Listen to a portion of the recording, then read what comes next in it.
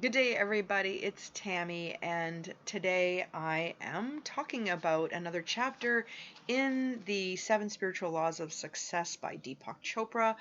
The chapter we're on is number 5, and this is the law of intention and desire. Inherent in every intention and desire is the mechanics for its fulfillment. Intention and desire in the field of pure potentiality have infinite organizing power. And when we introduce an intention in the fertile ground of pure potentiality, we put this infinite organizing power to work for us. There's a quote here: "In the beginning there was desire, which was the first seed of the mind. Sages, having meditated in their hearts, have discovered by their wisdom the connection of the existence with the non-existence." So this law is based on energy and information. So a couple of memes or quotes that I've found in regards to the law of attention. This one is from Dr. Joe Dispenza. "If you were to start investing your attention and energy into the unknown, your body would then be able to follow your mind into the unknown, where a new experience is in the future." Deepak Chopra says intent alone is very powerful because intent is desire without attachment to the outcome. Desire alone is weak because desire in most people is attention with attachment. We'll be talking more about that in this chapter. So the soul notes question, the journaling question of the week is how, as an intention, okay? If you close your eyes, go to the ultimate ground of creation and introduce an intention, the question is, how can I help mankind? So with this question and timed answer, this is what spirit came through, or my higher self, whatever you want to call it. This bypasses the brain by putting a timed writing question to action. My answer is this: if mankind is helping itself to life, in order to help, it's my intention to take responsibility for my part. My actions, my thoughts about the external world trickle into my experiences, and vice versa. By being open to the unfoldings of the collective consciousness serves me to be the change I wish to see in the world. And if we all do good, be authentic, be kind to each other, I feel we could shift our world, for love is always the answer. I always love these timed questions because we can't be prepared, so our thinking brain has to move to the side for us to absolutely write anything.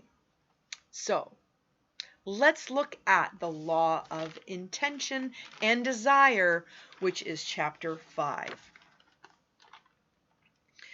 Based on energy and information, everywhere in nature is everywhere in nature, okay? So on the level of the quantum field, nothing other than energy and information exists. Let's talk about this. The quantum field. It's a label for pure consciousness. It is pure potentiality, and it's influenced by intention and desire. Example, we look at a rainbow, a flower, a tree, a blade of grass, the human body. These are essential components of energy, information, and the difference between them are, okay, the only difference between each is information and energy with content of respective bodies. Example, the tree and me. So let's look at a tree and me on a material level. We have the same recycled elements like carbon, hydrogen, oxygen, nitrogen, and more. We actually exchange carbon and oxygen between us. This is really interesting. The difference is in the energy and information. So the physical body experiences are subjectively thoughts, feelings, emotions, desires, instinct, drives, and beliefs. Objectively, it's the physical body as the world. So we're going to look at our physical body and the quantum field. I've made a note here that there is something that is on page 68 that I'm going to add at this time. We have a nervous system that is capable of becoming aware of energy and informational content of that localized field that gives rise to our physical bodies.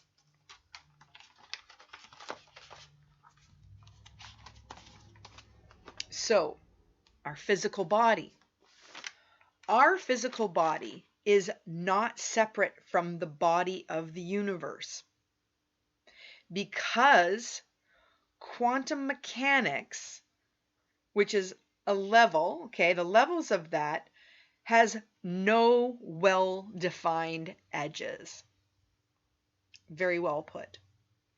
And in the quantum field, I am localized movement. Every wiggle, every wave, every fluctuation, whirlpool. This is, so it's basically this. The universe is like an extended body. When I think of the nervous system, this is the awareness of information, the energy of itself, and collective consciousness with an ability to change the information at any time. Like, think of our physical bodies changing. So on page 69 at the bottom, not only is the human nervous system capable of becoming aware of the information and energy of its own quantum field, but because human consciousness is infinitely flexible through this wonderful nervous system, we are capable to consciously change the informational content that gives rise to the physical body. So, like I just said, that's read in full as it is written in the book. Influence the energy, which is info of extended body, environment, and world. And this produces a result or manifestation by two things, which is attention and intention. So attention energizes, and attention grows stronger. When I think of intention, it is transformational and organizes its own fulfillment. So the transformation of energy and info. So let's look at the quality of intention. So let's do this. On the subject or on the object of attention, okay, the quality of intention orchestrates an infinity of space and time to bring about the outcome intended. So it's fertile ground, and it has infinite organizing power. Let's look at infinite organizing power. It is the power to organize an infinity of space-time events at the same time. Like a blade of grass, the apple blossom, all of our body, everything that is alive changes. It's reorganizing all the time. Just like nature, everything correlates and connects with everything else. Think about birds migrating. How do they all know? Direction, time.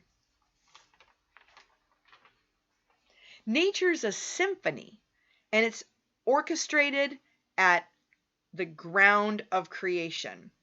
The human body is also a symphony. My cells know what they're doing. If someone wants to make a baby, it just happens. It is a creation that it has nothing to, it's so, intention and desire, but least effort as well. On page 71, the field of infinite correlation is part of its own informational field. Like the nervous system can command this infinite organizing power through conscious intent. And think about when our nervous systems are off kilter, okay? There's so much around that. I'm getting a whole lot just saying that out loud. But when we look at intentions and desire, intent is the ability to detach. It's life-centered. It's present moment. It's awareness. There's an infinite flexibility. It can command the laws of nature to fulfill dreams, desires. There's real power behind desire. And with intent, I think of healing. People only heal to the degree that they're willing to understand that the body's ability to heal itself is that grand, because miracles are normal.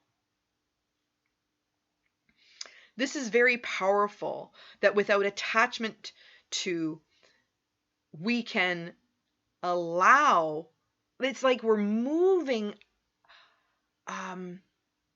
there's something so greater than my ability to make things happen. It's about trusting that. So it's without attachment, and we adhere to the laws of detachment. Desire alone is weak because it's attached to outcome, like Deepak Chopra says. And when action is performed in the present moment, awareness, that is what is most effective. So we talked about planning ahead and not giving so much attention after planning. Still stay in the present, because the space between the present and the unfolding, so much possibility. So many possibilities can happen.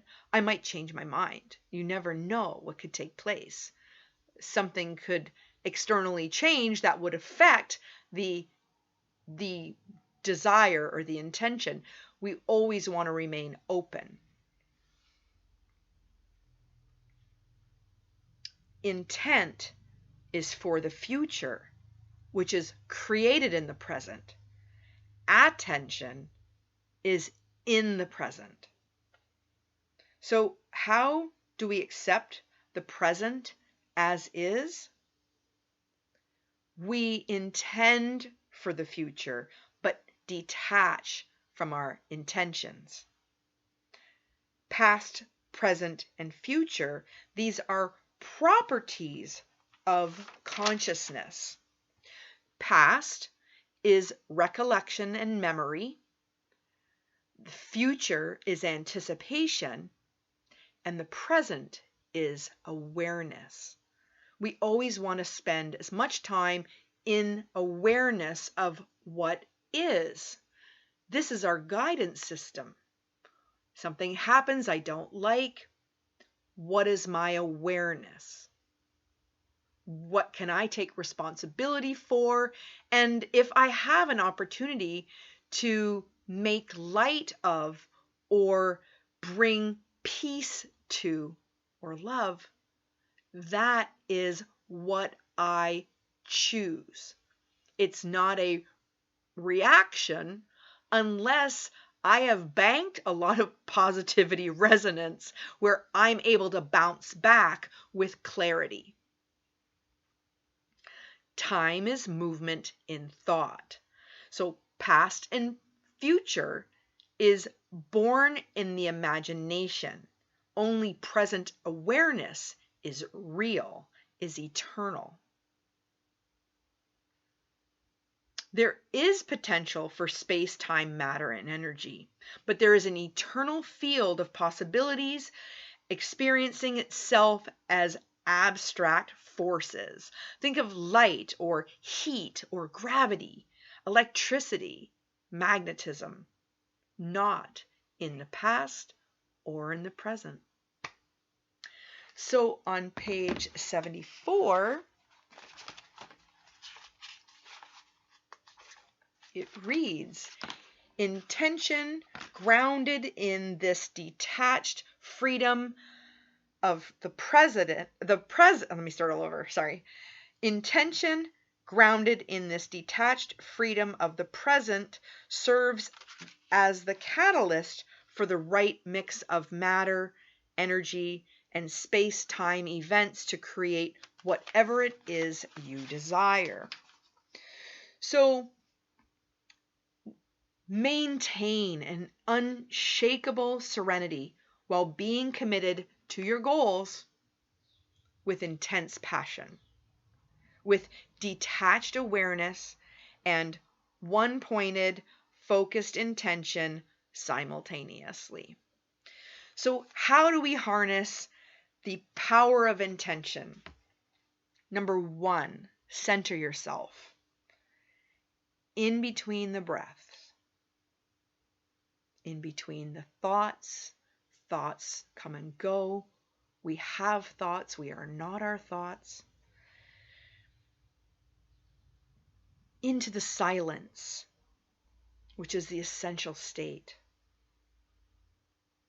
Pause, and then number 2, release your intention. Release your desires, or write them down and just set your paper aside, knowing that you're already connected to manifestation and the power behind the unfoldings based on your joy and how you feel this is going to help yourself and everyone around you. And I also equate this to authenticity. Remember, planting a seed is a reference. We don't want to go digging it up and ask, how come you haven't grown yet? Number 3, remain established in your awareness of your true self, your true nature, your spirit, your connection to the field of pure potentiality. And 4, relinquish attachment to the outcome. I always say, tell God your plans and watch him giggle. We want to live in the wisdom of uncertainty and enjoy every moment, every unfolding. Truly, it's for your highest and best good. You might think you need it to be a certain way. And if the unfolding is not quite that, how are you being inside? Might be have a reaction, or you might not understand how to go from there. If you plan for the future and you have an intention and a desire and it doesn't go your way, don't let that trip you up. Don't let that squirrel you out of appreciating that moment and maybe adjusting your sails. Live in the wisdom of uncertainty and enjoy every moment of the journey and be okay with the outcome. It's challenging, I know. However, the more you get good at just going, okay, all right, this is how it's unfolding. Okay, because you still have the opportunity to take the next choice, the next level of learning, seeing how it has helped you maybe change a direction. Maybe some new ideas come to you. The moment you pause and accept is the moment you're not resisting it. Resistance causes pain and suffering. Simple as that. Let go of how you think things should show up. Number 5, let the universe handle all the details. Trust that the infinite organizing power of the universe, of intention, to organize the details. It's that simple. Your true nature is pure spirit, and you can carry this knowingness with you. So, I hope that the law of intention and desire gives you a sense of calm and trust and a little bit of blind faith. I hope you have a great day. Namaste.